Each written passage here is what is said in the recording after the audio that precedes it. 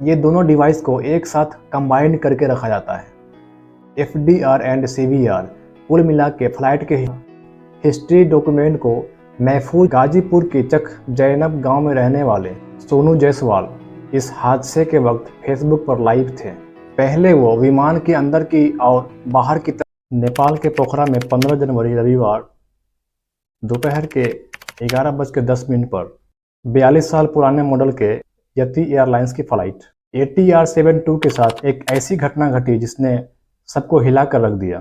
आइए इसे डिटेल में समझते हैं। एक बड़ा हादसा हुआ जिसमें 72 लोगों की मौत हो गई। यति एयरलाइंस का 72 सीटर ATR-72 फ्लाइट काठमांडू से 205 किलोमीटर दूर पोखरा में क्रैश हो गया। लैंडिंग से महज 10 सेकंड पहले प्लेन पहाड़ से टकरा गया और वो एक खाई में जा गिरा।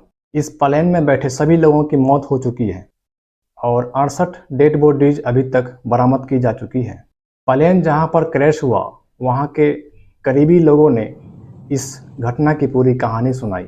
एक चश्मदीद गवाह महमूद खान ने बताया कि जब हम घर में थे तब हमने एक तेज आवाज़ सुनी और जब हम घर से बाहर निकले तो धुएं जैसी एक बड़ा बादल देखा। उन्होंने कहा जब तक हम हादसे की जगह पर पहुंचे तब तक बहुत तेज आग लग चुका था। इस विमान हादसे में जान गंवाने वाले में 5 भारतीय भी शामिल हैं।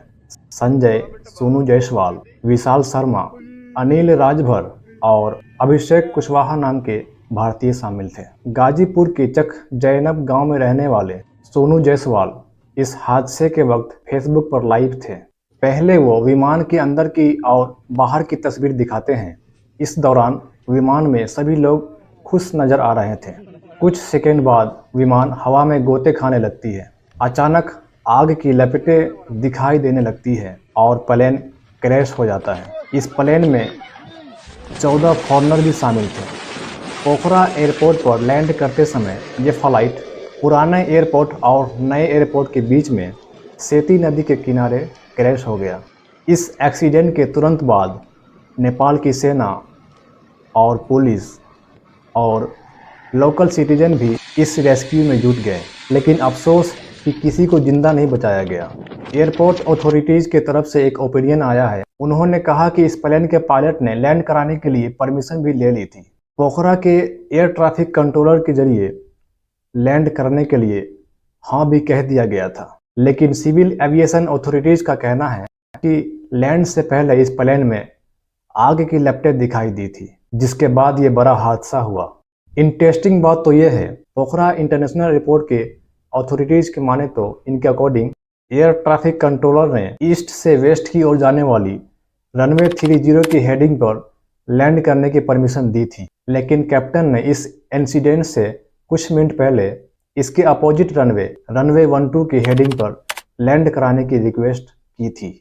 लेकिन civil aviation authorities of Nepal के प्रवक्ता की माने तो मौसम साफ था। मिले गए इन्फॉर्मेशन के अकॉर्डिंग इस भयंकर घटनाओं की वजह टेक्निकल प्रॉब्लम बताई जा रही है, इसलिए फिलहाल मौसम के खराब होने की वजह से ये घटना हुई है, ये कहा नहीं जा सकता। अब हादसे का असली वजह क्या है ये तो ब्लैक बॉक्स मिलने के बाद ही मालूम पड़ेगा।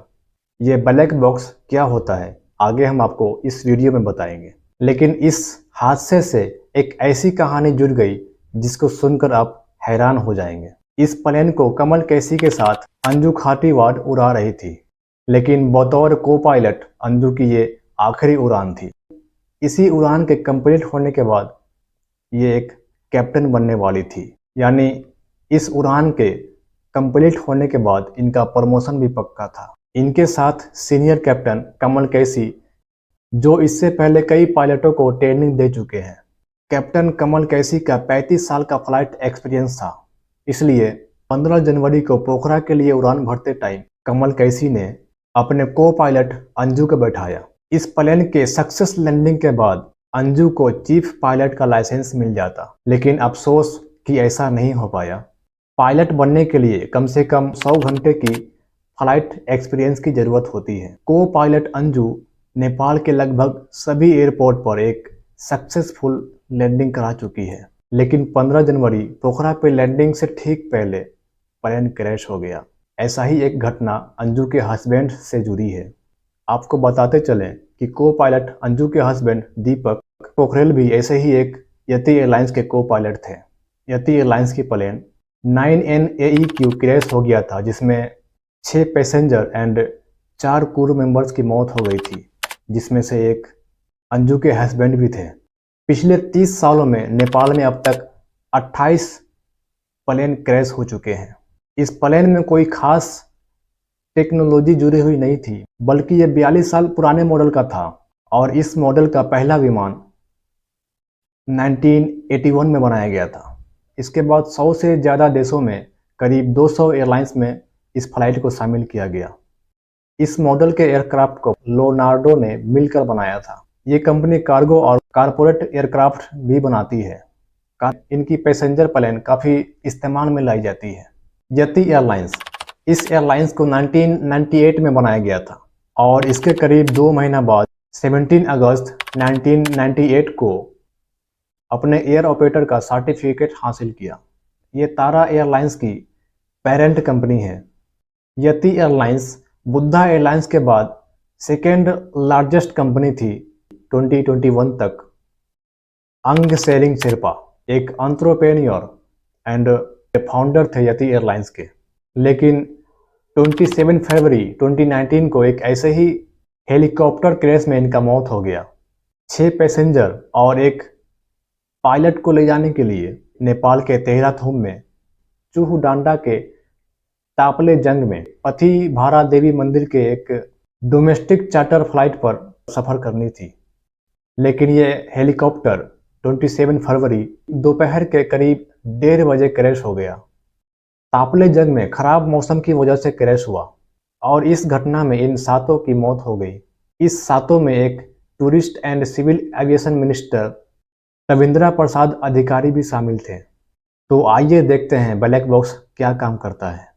आमतौर पर फ्लाइट रिकॉर्डिंग डिवाइसेस 2 टाइप के होते हैं। FDR flight data recorder, second में जमा किए गए दर्जनों पैरामीटर्स की रिकॉर्डिंग के जरिए फ्लाइट के रिसेंट हिस्ट्री को महफूज रखा जाता है। और वहीं CVR cockpit voice recorder cockpit में रिसेंट साउंड के हिस्ट्री को महफूज रखता है, जिसमें पायलट की बातचीत भी शामिल है। ये दोनों डिवाइस को एक साथ कंबाइन करके रखा जाता है। FDR एंड CVR कुल मिला के फ्लाइट के हिस्ट्री डॉक्यूमेंट को महफूज रखने का काम करता है। फ्लाइट हिस्ट्री जो बाद के किसी भी इन्वेस्टिगेशंस में हेल्प करता है। इंटरनेशनल सिविल एविएशन ऑर्गेनाइजेशन के जरिए फ्लाइट में 2 रिकॉर्डिंग डिवाइसेस की ज़रूरत होती है। एक गंभीर एक्सीडेंट में होने वाले सर्वाइव कंडीशंस में हेल्प होने के लिए। इस वजह से इससे आमतौर पर 3400 gram load impact and 1000 degree Celsius heating में सेफ रहे, इस तरीके से इसे डिजाइन किया जाता है। Thank you.